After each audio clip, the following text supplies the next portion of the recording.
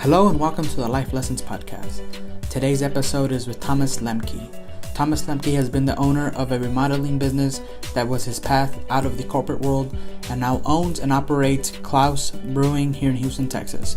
Here we go.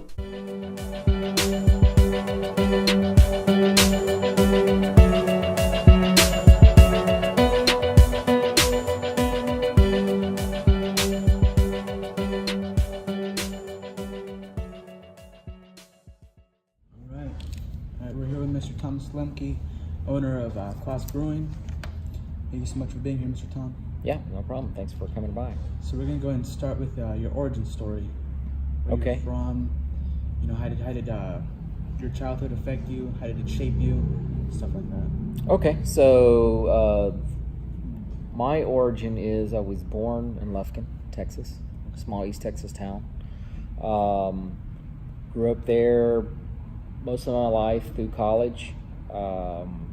Once I graduated, we moved down to Houston after I came back from my first job overseas. Kind of, worked a few different jobs here in Houston, got into the finance industry, did that for several years, and then decided that the office life is not what I wanted to do. I wasn't a fan of the cubicle farm, in the office environment. So I approached a good buddy of mine, and we kind of looked around for businesses to get into, and we came across, settling on getting into remodeling. And so did that for, we started that in 2003. And it's still going on. I still have that business, although that's kind of my, secondary thing I pay attention to now, obviously. But I had always wanted to be in the brewing business. And so even since college, I came across an ad in a magazine in college and about brewing your own beer at home, and it was legal. And I was like, wow, that sounds interesting. I wanted to try it out. I always liked cooking. I was kind of into the culinary thing back then, and I was like, man, that's another way to do it. I can still make my own beer. Right. So that's how I got into it, which was about 25 years ago or so. And did that off and on, more serious, less serious, took breaks from it. And then I finally got back into it several years ago and was really getting into it. And I made the commitment to step up my homebrew operation, per se, and to see if I really wanted to pursue it on a professional level, because I had always wanted to. It just, when you get out of college, you just don't have money to do that stuff. Right. So, and the environment wasn't right back in the late 90s, mid to late 90s for it, here in Texas especially. Right. St. Arnold was really the only one around, and they were the only one around for the longest time here in this area. And so, I couldn't pursue it, and life happened. You get married and have a kid, and pursue different careers, and but we came kind of back full circle here a few years ago, and the environment was right to open a brewery. It's a lot more friendly to small opening breweries. Had a lot of people that were interested in it, that were friends, family, and they were willing to help make it happen. And so I made it happen. Here we are. Wow. Yeah. So, but that's kind of the short version of my life. It led up to this point. Okay. So. How old are you now? 46. 46. Yeah. Okay. So you said you moved down here to Houston. Yeah. After your first overseas job. What job was that? My major in college was international business. And it just so happened, and I was also big into tennis. When I was growing up, there's not a lot of options in small towns in East Texas. Right. But I was fortunate enough. My mom is German.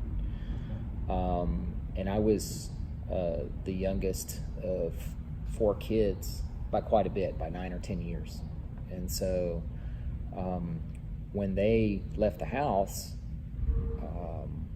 my mom loved to travel, and so I was the only kid in the house, and I just traveled everywhere she did.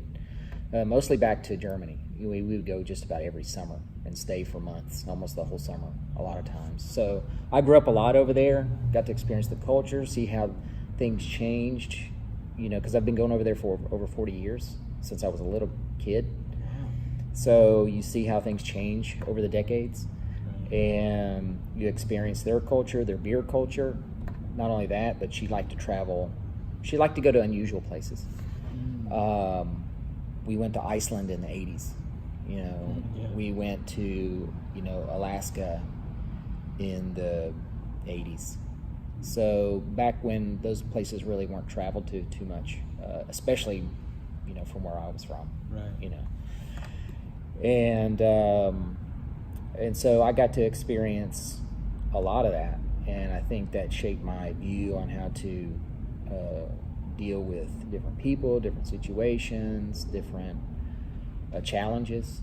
I think it's a good thing if you're fortunate enough to be able to travel, because it opens up your eyes to a lot of stuff. Right. But yeah, getting back to growing up in that little city, it was great. East Texas is really nice. Piney Woods, it's a really nice place. I got into sports, specifically tennis, when I was a teenager, and so I pursued that real heavily. And so that overseas gig was to be head of a tennis program in China. And so I headed up the program at the China World Hotel in Beijing for almost a year.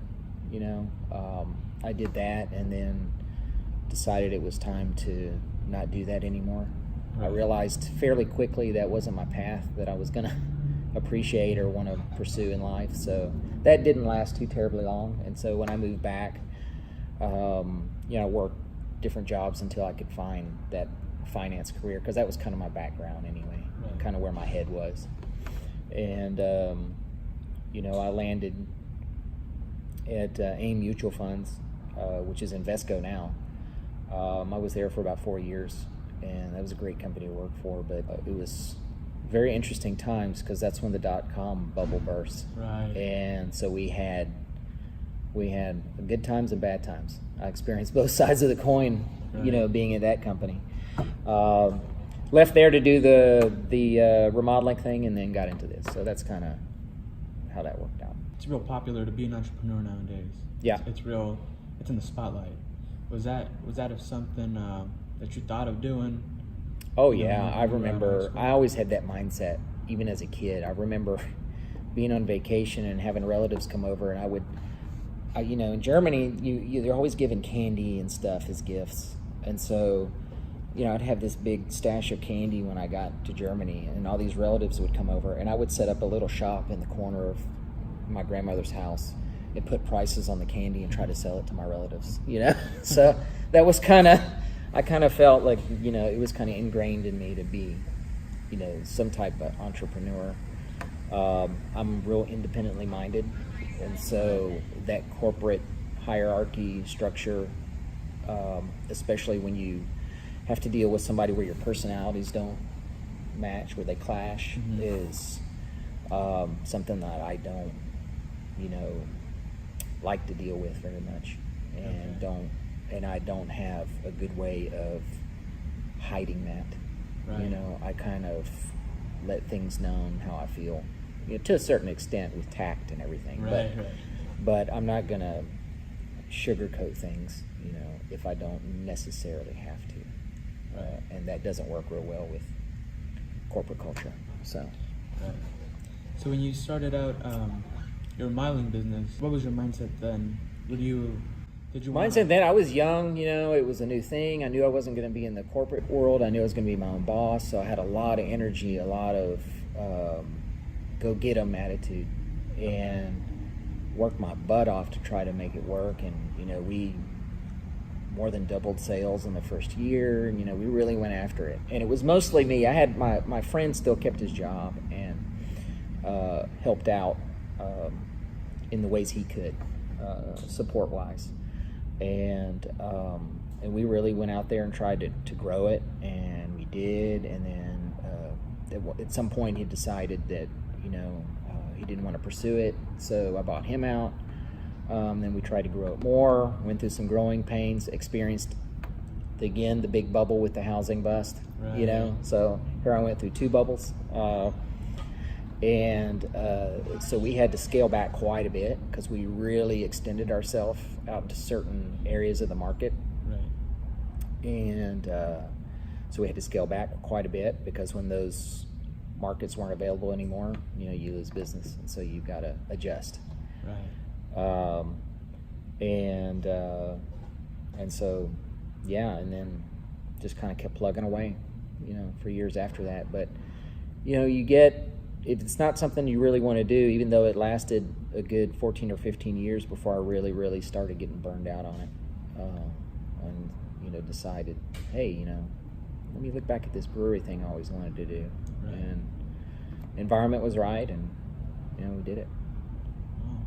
So knowing that you went through 2 bubbles, what would your advice to a company who's growing too fast and they don't think that the economy will tank anytime soon? Yeah, that's kind of hard because most people tend to lean towards trends, and they don't think about consequences if it ends, or once it ends, because it will eventually end at some point. Right. Or at least turn down. And you have to be prepared for that. So I kind of have to think and weigh your contingency plans if something is bad. And a lot of people don't do that. They just think of nothing but positive. But I'm more of a realist.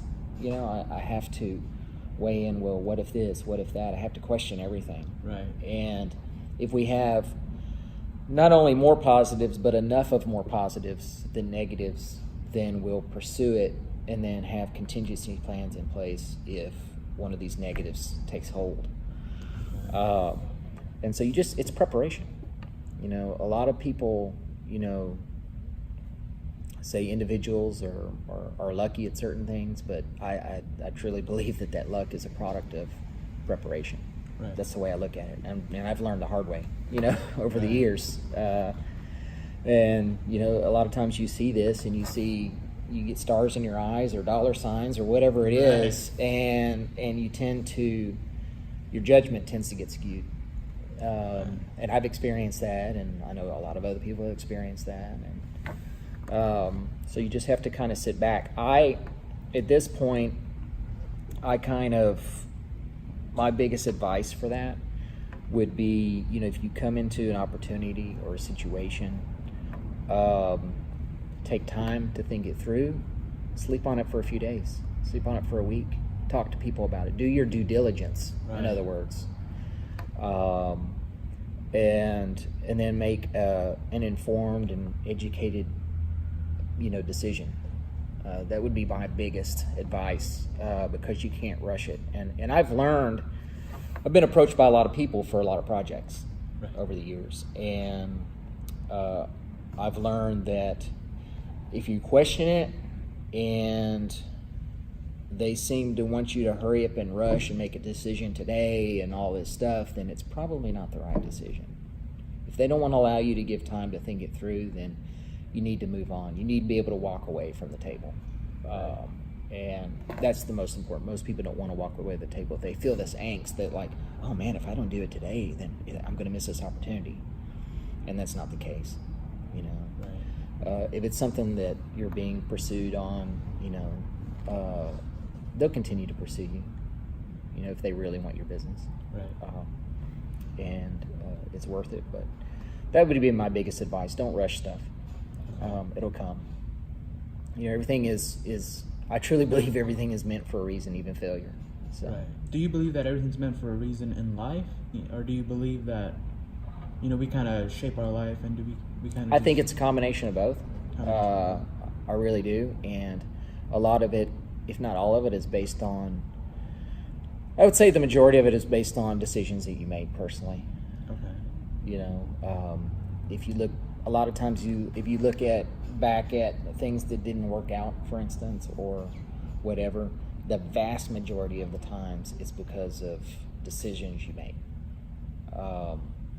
whether you thought it was the right decision or not, it's the decision Right. to do it. And most of the time, like I said, it's something that wasn't thought through.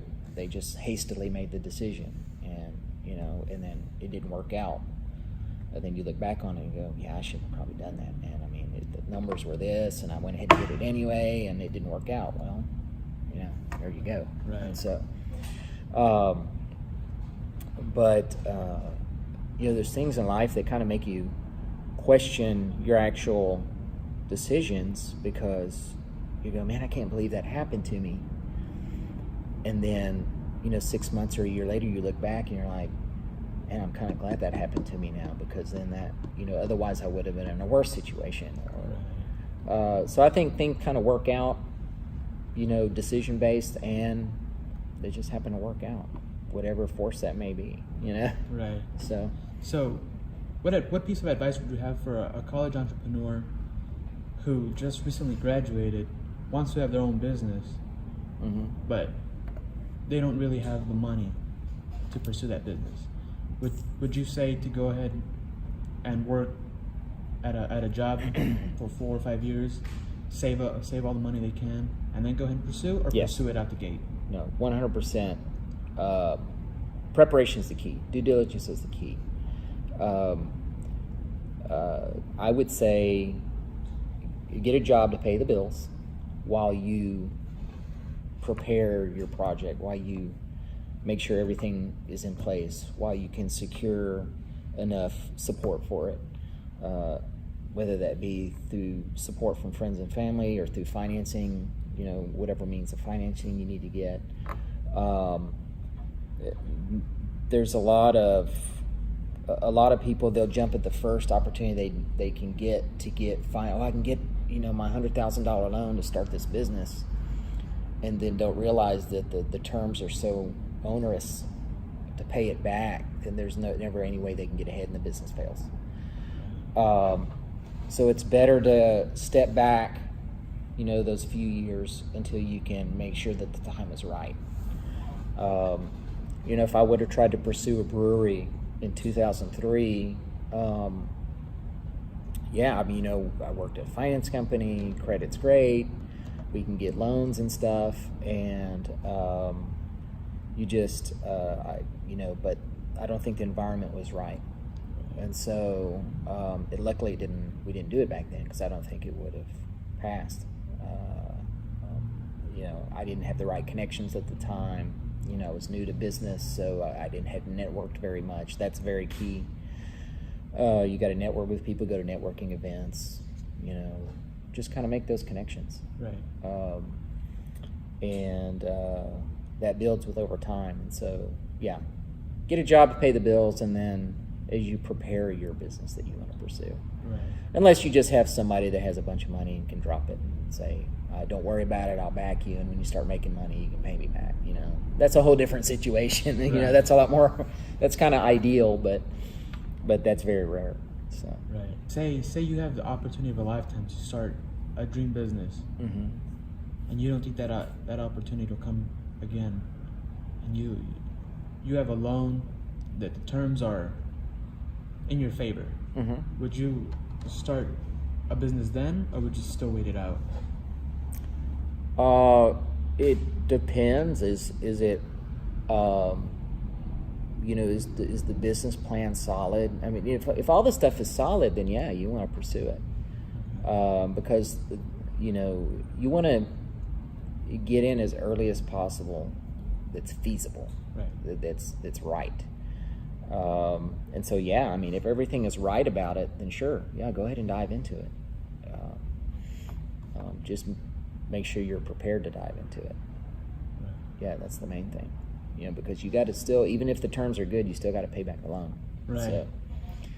So, and there's a lot of contingency costs in running a business that will never show up in a business plan, that you don't account for and can't account for, because some costs just happen. Right. And so you need to have a good amount of buffer in there. Because I think I see the biggest thing I see is a lot of these businesses that open up and then close down after 2 or 3 months, or even 4 or 5 months. And that's just a lack of capital. They got all these stars and dollar signs in front of their eyes and think they're going to be cashing checks from day one. Right. And it very, very rarely starts out that way. And so, even the richest people, in the world, in the U.S., didn't start out that way. Right. It was a lot of struggle. Yeah, there may be billionaires now, but, there was a lot of struggle to begin with and a lot of risk. Right. So, yeah, you still got to be able to pay back that loan, even if everything sounds right. So it's a big decision. Right. Stressful decision. You're 17 years old in the 11th grade. Mm-hmm. You have your best friend. What would your best friend say about you? Best friend say about me? How awesome I was. No, I don't know. I'm trying to think back. I was in high school playing tennis. I had a really good friend, probably my best friend at the time. I would say probably would say I'm real dedicated at what I do, whatever task I take on. Loyal for sure. Conservative in a lot of ways, I would say. Maybe cautious is a better word than conservative. Those kind of play hand in hand, but that's kind of what they would say about me. A jokester. Right. With dry humor, of course. Yeah. What was your big break?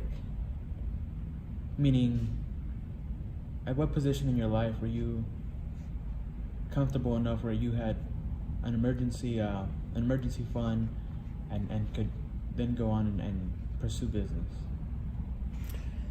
I would say I finally was in that spot several years ago when I wanted to start this business. Like I said, everything kind of was ready. I had, I had a business that was running, paying the bills. I actively work on our finances. So, I had built up retirement funds. I had saved a good amount of liquid money that I could access. So I would say just a few years ago, after all those years of working and struggling and ups and downs, you have to chip away. You have to save a little bit here. I've always been good at saving, for things I wanted to do. And so, but then things come along and they kind of eats that up. And so, but I would say just a few years ago, 2-3 years ago was when I was finally at that point where all the pieces were kind of ready to go. You believe that mindset is important in starting a business? Oh, 100%. Yeah. Yeah, you have to have the right outlook, the right mindset. And you got to get past the excitement phase of something new or something that you think is going to be successful. And that's what I was talking about earlier. Sleep on it, take a few days, take a week, take 2 weeks, take a couple of months thinking about it. And then go through all the things. And if all the things are still there, then the positive mindset helps even more. If you're sitting there going, I don't know if this will work, and this, should we get this, and then don't pursue it, because people are gonna feed off that, and a lot of people don't want to be around that. Right. They want to be around a guy that is positive, but in the right way, not fake positive, because a lot of people can see through that as well. Right. But positive in a structural way, in a concrete way. Right. Now, you said when you were younger you traveled a lot with your mom. Yeah. How did that affect you for the better or for the worse?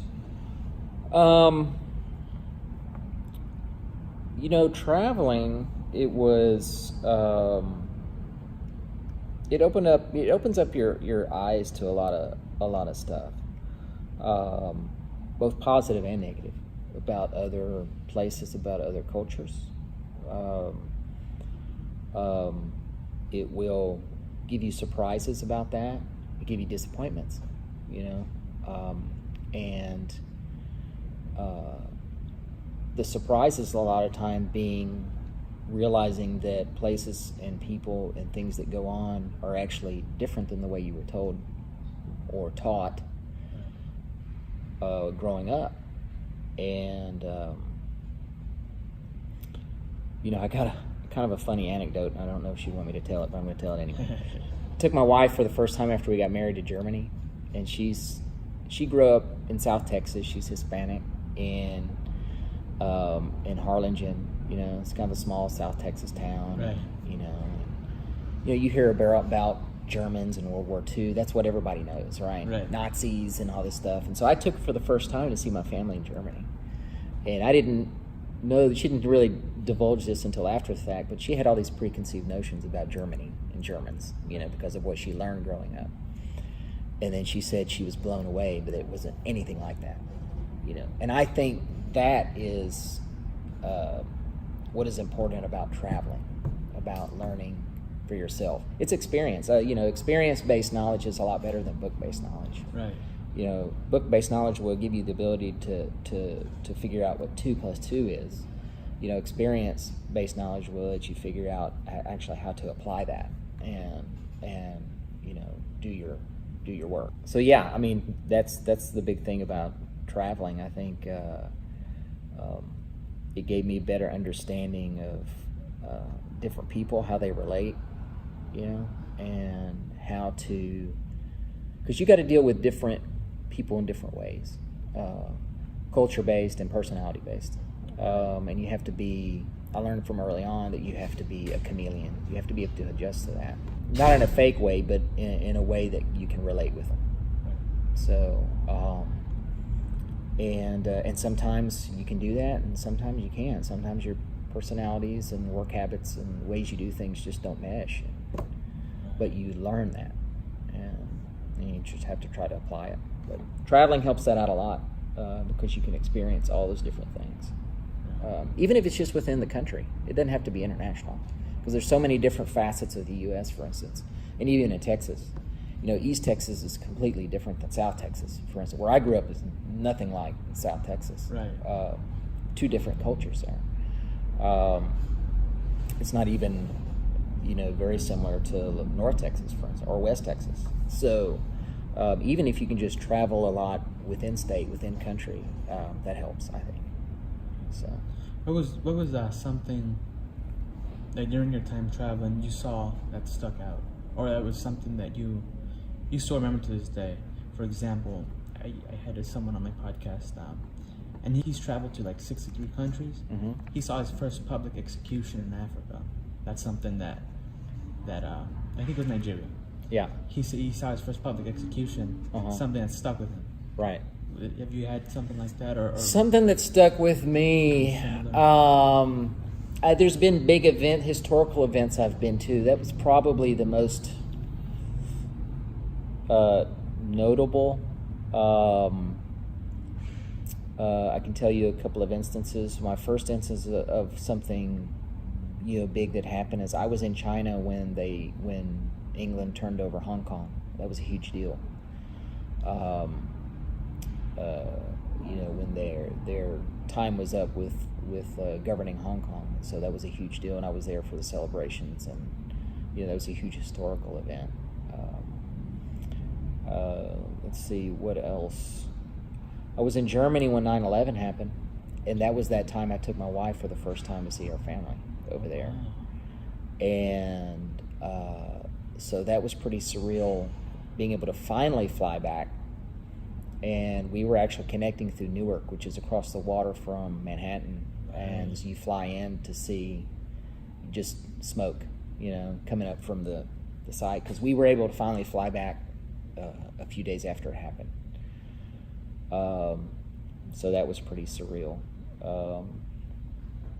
But it's I would have to think a little while about some other events that actually happened. Experiences, yeah, you see different things. It's always. I remember going into a market in China, and China was a whole different beast back in the 90s. They treated us a lot like celebrities, because a lot of Chinese people didn't see other people than Chinese people. Right. And so I remember one day we a group of us at the hotel would always do weekend trips, day trips, and we decided to go to a little city outside of Beijing. And by little, I mean it was only 7 million people. People don't understand how big and populous that place is, and a small city is considered millions of people. So it's just a total different thing over there. And we literally got off the train and started walking around the city, and people wanted to come up and take pictures of us, like we were celebrities or something, because there's no white people hardly there. It's just Chinese, and so there's not a lot of diversity. So they're not used to that. So when they see it, they're, they kind of freak out, I guess, for lack of a better term. Not freak out, but they're just excited, I guess, to see, somebody different there. And I did go to one of the local markets there that day, and they did have all different things, meats and vegetables and, goods. And I still remember this one guy that had these animals that were strung up for sale, and they were dogs that had been, not chopped up, but prepared for sale, right. I should say. He was selling dogs. And across from our apartment there was a donkey restaurant where you could go eat donkey, and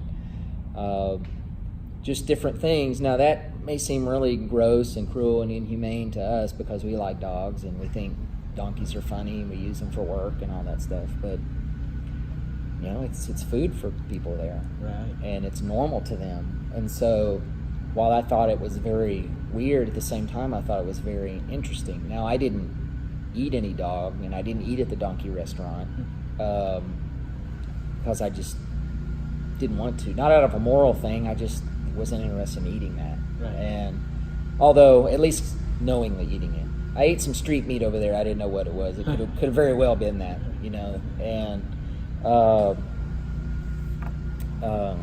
so yeah, it's those are probably some of the more unusual things. I do remember one other thing, because it's not very diverse, especially in the vast regions of China. We did go to the market, the same city where the dogs were. We went to this other market there, and there were these guys there dressed like locals, kind of halfway disheveled a little bit, and blonde hair, blue-eyed guys speaking perfect local Chinese dialect and everything, and it was really surreal to see that, right. And I was told that these guys were from a border region between China and Russia, and so you got a mix of ethnicities there, and so you'll have these ethnic Russians living in China and growing up as a Chinese person, only knowing Chinese language, but they look white with blue eyes and Russian, and it's kind of weird to see that. Right. But if you look back on it, in cultures that are more mixed, like the U.S. and a lot of Europe, that's normal. So it was just kind of surreal seeing it there because it is so homogenous, right? With the people.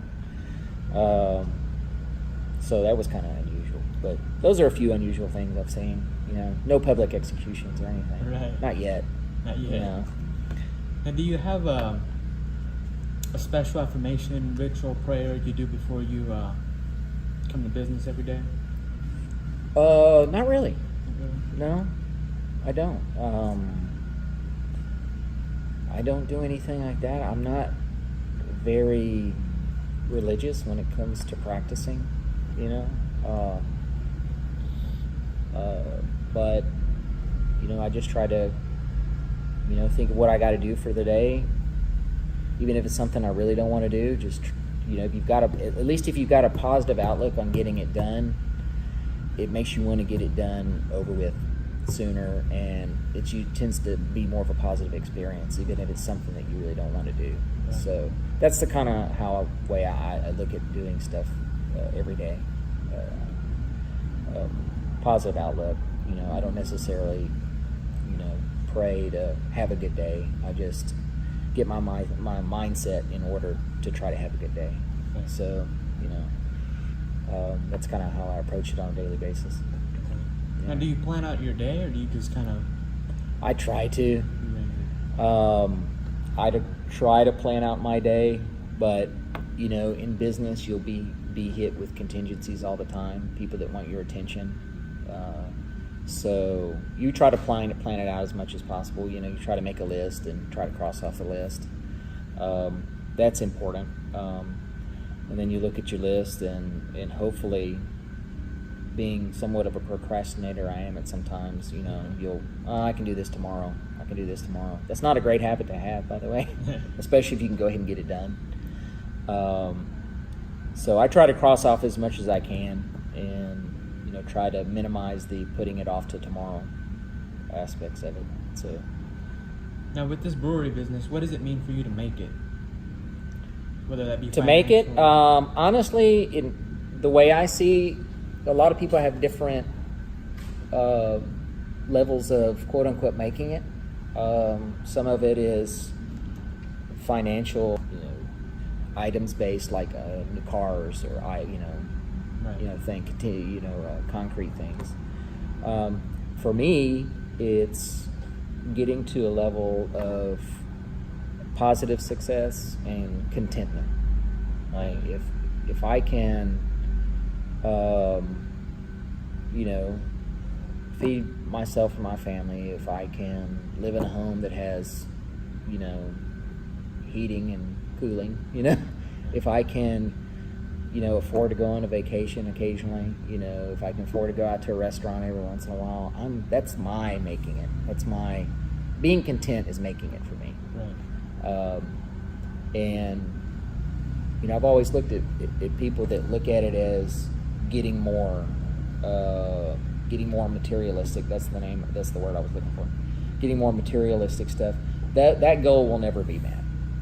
If that's your goal, you're never going to meet that goal, because there's always going to be more things that you can get that you don't have. I want the $50,000 car. Well, you get it. Well, there's an $80,000 car. You get it, and that could go on forever. And then if you reach the top, well, I've got this $1 million car, but I want this $1 million. I mean, you'll never find your contentment. You'll never find your make it if it's materialistic based. I think it's got to be life based, in my opinion.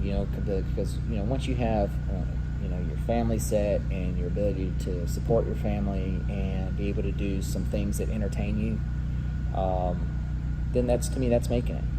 You've made it. You made it to that level. You're content. You don't have to worry about stuff. Not that I'm saying you can't want to go get a nice car or right. A nice phone or whatever. That's great. But to me, making it is not about the materialistic things like that. So. Now, what is your definition of happiness, and are you happy now? Yeah, I'm happy now. Yeah, I've got a family. I've got a home. I've got great friends, great coworkers, great family. Everybody's very supportive. I stay positive, which keeps them positive. We support each other. So yeah, I mean I'm happy as far as that's concerned. And my definition of happiness is that. Again, it kind of goes back to the making it part.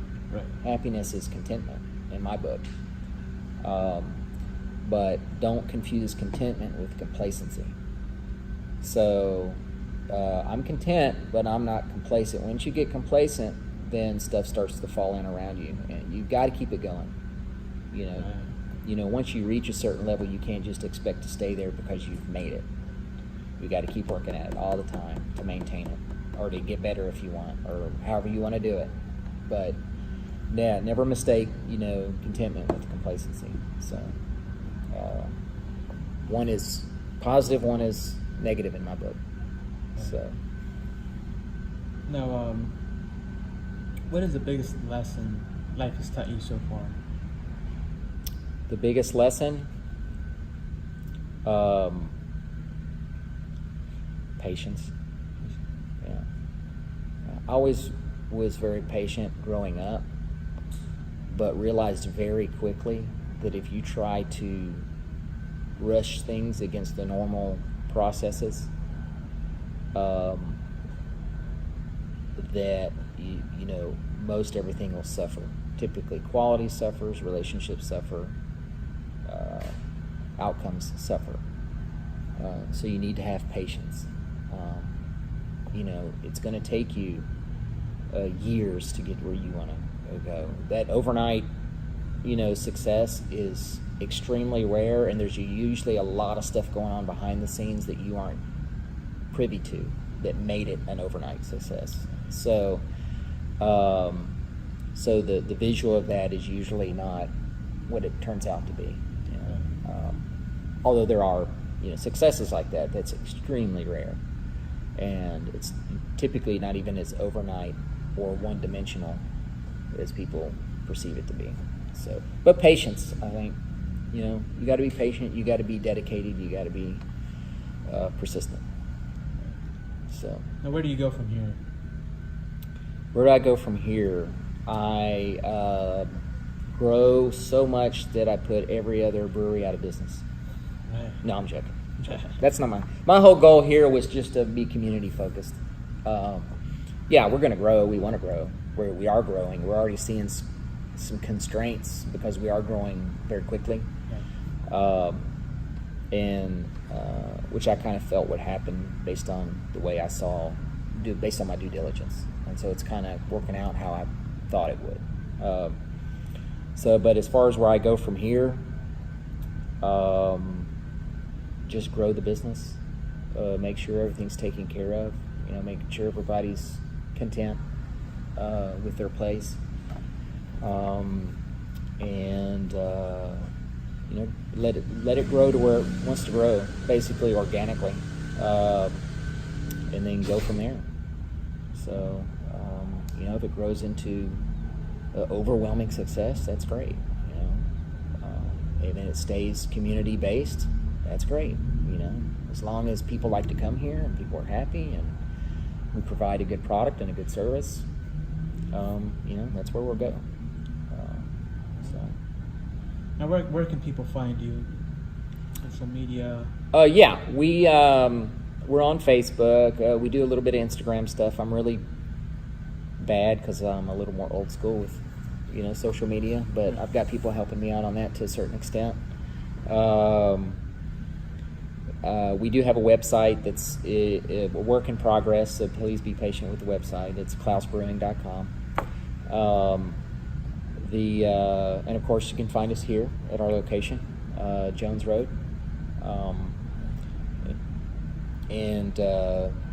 We also have, I would say, about 25 or so accounts now that we're serving our beer at, and it's growing every week. So a lot of restaurants here in the area. We're also in the Heights already. We're in downtown. Last night we delivered our first 4 kegs to Brenham, because apparently that's an up-and-coming craft beer area.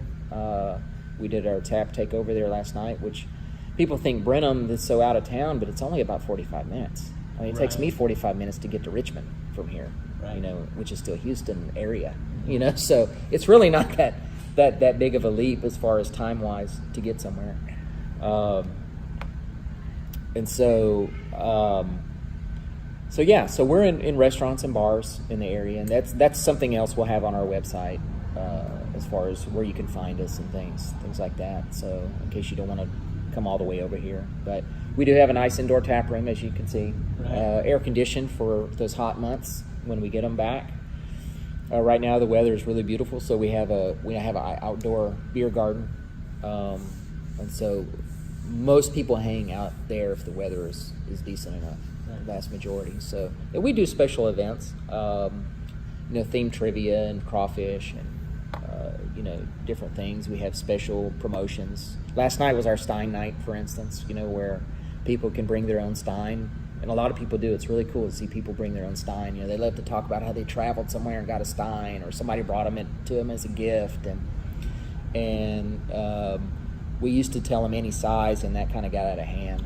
So not that we weren't willing to fill it for the $5, because that's the deal, you know, but you know, somebody bringing in 2 or 3 liter jug is TABC doesn't like to see that, and so we wanted to nip that in the bud. So. Right. But that's kind of the promotion we do, and that's really fun. You know, people like that. We're always trying to do different things to bring people in. So, and it's a different atmosphere here. It's laid back. It's actually, you know, pretty family friendly. We tried to model it a lot after the German beer gardens, where the community goes to it. You know, it's not a smoky, dark bar, which you find a lot of, you know, Right. here, especially out here in our area. And we do have food trucks every day that we're open, and we rotate them, so you can try something new all the time. But we do have regulars that come back, so if you like a certain truck, you know, it'll be back. So, so that's kind of what we do here. Alrighty. Thank you so much, Mr. Tom. Yeah, no problem.